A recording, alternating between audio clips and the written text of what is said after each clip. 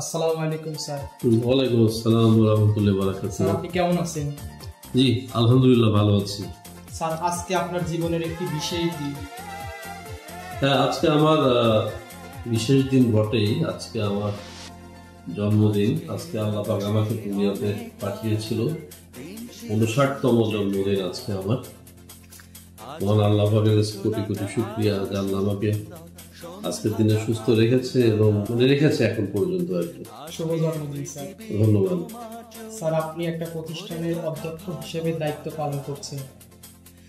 হ্যাঁ, তোমরা জানো যে আমি পীরগঞ্জ কারিগরি প্রশিক্ষণ কেন্দ্রের অধ্যক্ষ হিসাবে আমি আছি।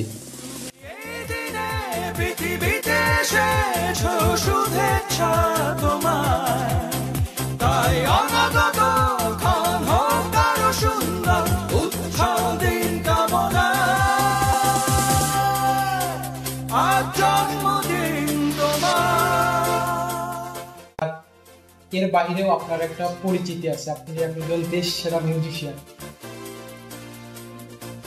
আমরা জানতে চাচ্ছি আমি দেশ সেরা মিউজিশিয়ান কিনা আমি জানি না, তবে তোমাদের দোয়ায় আল্লাহর রহমতে আমার দেশে এবং দেশের বাইরে মোটামুটি একটা পরিচিতি আছে। বিশেষ করে বাংলাদেশের বাইরে আমাদের ইন্ডিয়াতে প্লাস আরও বেশ কয়েকটা কান্ট্রিতে আমার পরিচিতি আছে এবং ওইসব দেশের আমি একজন গিটার বাদক, আমি একজন স্টিল গিটার বাদক।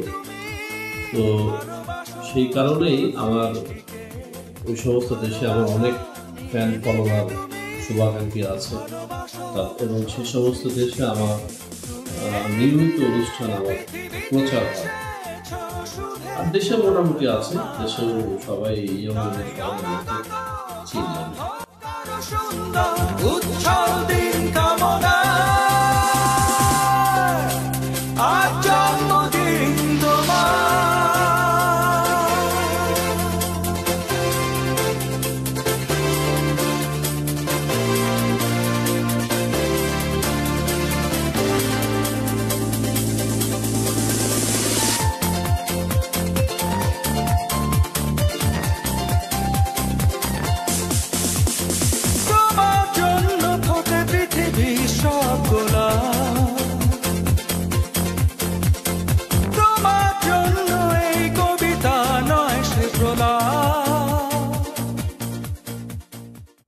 স্যার, আপনার সঙ্গীত জীবনে আসার কবে থেকে এবং আপনার শৈশব কোথায় কেটেছেন যদি আমাদেরকে একটু বলতেন। আচ্ছা, ভালো প্রশ্ন করেছো। আমার অ্যাকচুয়ালি জন্ম হচ্ছে পাবনা শহরে, পাবনা জেলার দিলালপুর গ্রামে আমার জন্ম এবং বেড়ে ওঠা। তো ওইখানেই এটা আমার সঙ্গীত জীবনের শুরু হচ্ছে 1986 সনে। 1986 সনে আমাদের পাবনা জেলাতে একটা প্রতিষ্ঠান ছিল ইফা নামে। ইফা হচ্ছে ইনস্টিটিউট অফ ফাইন আর্টস, সবচেয়ে পুরাতন প্রতিষ্ঠান। তো ওইখানে আমরা তখন মোটামুটি সবাই ছাত্র, আমাদের অনেক একটা ফ্রেন্ড সার্কেল ছিল। তো সেই সময় দেখতাম যে অনেক ছেলেমেয়েরা ওখানে গিটার নিয়ে আসতো। 1985 এর কথা। তা আমি আমার বন্ধুদের বললাম, চল আমরা একটা কাজ করি, আমরা কিছু শিখি অন্তত পড়াশোনার পাশাপাশি। তো সেই সময় আমরা ইফাতে ভর্তি হইলাম, 6 জন বন্ধু ভর্তি হলাম। 6 জনই আমরা গিটারে ক্লাসে ভর্তি হলাম। তো মজার ব্যাপার হচ্ছে যে আমার কিন্তু এডুকেশন ব্যাকগ্রাউন্ড কিন্তু পলিটেকনিক বেস। আমি যদিও পাবনা এডওয়ার্ড কলেজের ছাত্র ছিলাম 1983-তে, কিন্তু আমার এডুকেশন বেস পরবর্তীতে পলিটেকনিকে। তো আমি পলিটেকনিকে ভর্তি হলাম 1983 সনে। আমি ভর্তি হওয়ার পরে আমি স্টাইপেন্ড পেলাম 650 টাকা। সেই সময় মানে মেধা তালিকাতে ভর্তি হওয়ার পরে আমি স্টাইপেন্ড পেলাম। ওই টাকা দিয়ে তখন আমি ঢাকাতে চলে গেলাম। ঢাকাতে চলে গিয়ে আমি 600 টাকাতে গিটার কিনলাম। গিটার কেনার পরে তারপরে আমি তো আগে ভর্তি হয়েছিলাম। তো তারপরে সেখানে আমার গিটার শেখাটা শুরু হয়। আজকের যোজনাটা আরো সুন্দর, সন্ধ্যাটা আগুন লাগা, আজকের পৃথিবী তোমার জন্য ভরে থাকা ভালো লাগা, মুখরিত হবে দিন গানে গানে আগামীর সম্ভাবনা।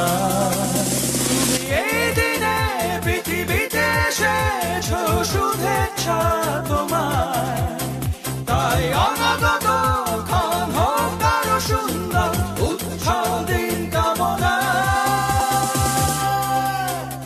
আজ জন্মদিন তোমার। স্যার আপনার তো গিটারে আগ্রহ তো 1985 সন থেকে, কিন্তু আপনার হাতে ঘড়িটা কার? আচ্ছা, আমার হাতে করি হচ্ছে সেই সময় আমি যখন ইফাতে যখন গিটার শিখতে যাই, তখন আমার শ্রদ্ধা ওস্তাদজি, উনি এখনো জীবিত আছেন, জনাব হাফিজুর রহমান, এবং ওনার সহকারী ছিল আজিজুল হক। তো ওনার ওখানেই আমার শেখা প্রথম হাতে করি।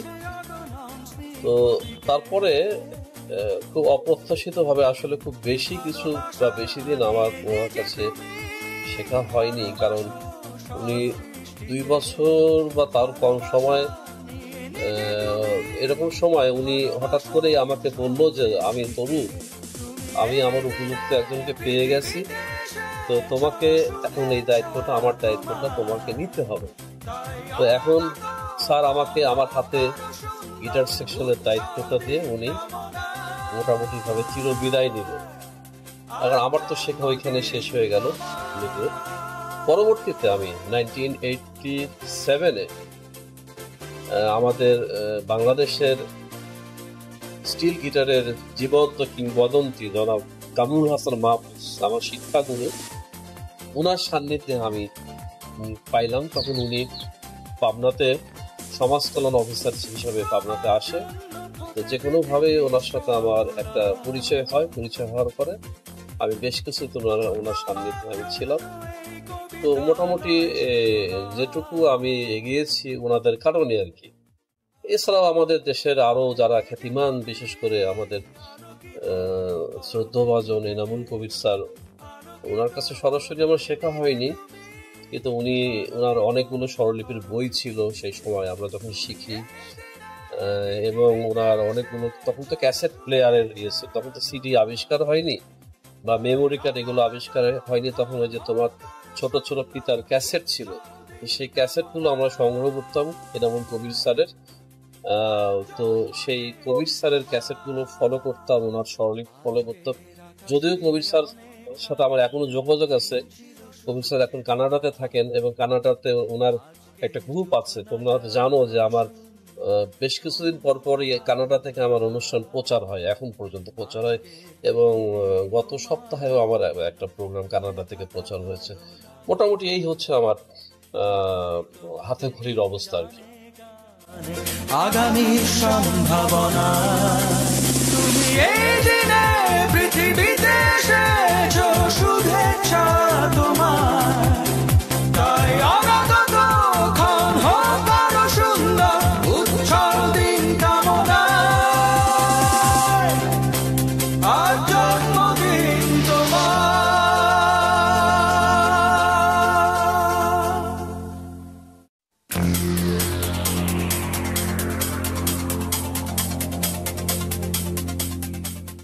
স্যার, সঙ্গীত নিয়ে আপনার ভবিষ্যৎ পরিকল্পনা কি? ভবিষ্যৎ পরিকল্পনা আসলে আমাদের বাংলাদেশের প্রেক্ষাপটে এটাকে আসলে প্রফেশন হিসাবে নেওয়ার তো কোনো সুযোগ নেই। তোমরা তো জানো যে আমি ব্যক্তিগতভাবে একজন সরকারি কর্মকর্তা। অবশ্য আমার চাকরি প্রায় শেষের দিকে। আগামী 2026 সালে আমি ইয়ারেলে যাব। ওইরকম কোনো চিন্তা ভাবনা আমার নাই। আমার নিজস্ব একটা ইউটিউব চ্যানেল আছে, রহিমুল ইসলাম তরু নামে। আমার যে প্রোগ্রামগুলো, যেগুলো আমার বিশেষ করে আমি যেগুলো বাজানো হয়েছে, তো সেই প্রোগ্রামগুলো আমার ইউটিউবে আপলোড দেওয়া আছে। তো আমার পরিকল্পনা এটাই যে নেক্সট প্রজন্ম যেন ওইখান থেকে তারা কিছু নিতে পারে, শিখতে পারে, এবং তারা জানবে যে আমি তো চিরদিন থাকবো না, চলে যাবে, কিন্তু আমার যে ভিডিও ক্লিপস যেগুলো, সেগুলো তো থেকে যাবে। তো ওইখান থেকে তারা যেন শিখতে পারে, এবং তারা যেন আমার চেয়েও আমার যতটুকু খ্যাতি হয়েছে আমার ছেলেও তারা যেন আরো যেন বিশ্বব্যাপী তারা যেন খ্যাতি অর্জন করে, এটাই আমার চাওয়া, এর চেয়ে বেশি আমার চাওয়া নেই। স্যার, আপনাকে অসংখ্য ধন্যবাদ আমাদেরকে সময় দেওয়ার জন্য। আপনার সুস্বাস্থ্য ও দীর্ঘায়ু কামনা করি।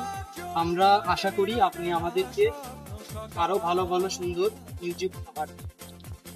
তোমাকেও অনেক ধন্যবাদ, তুমি তোমার মূল্যবান সময় আমাকে দিয়েছো।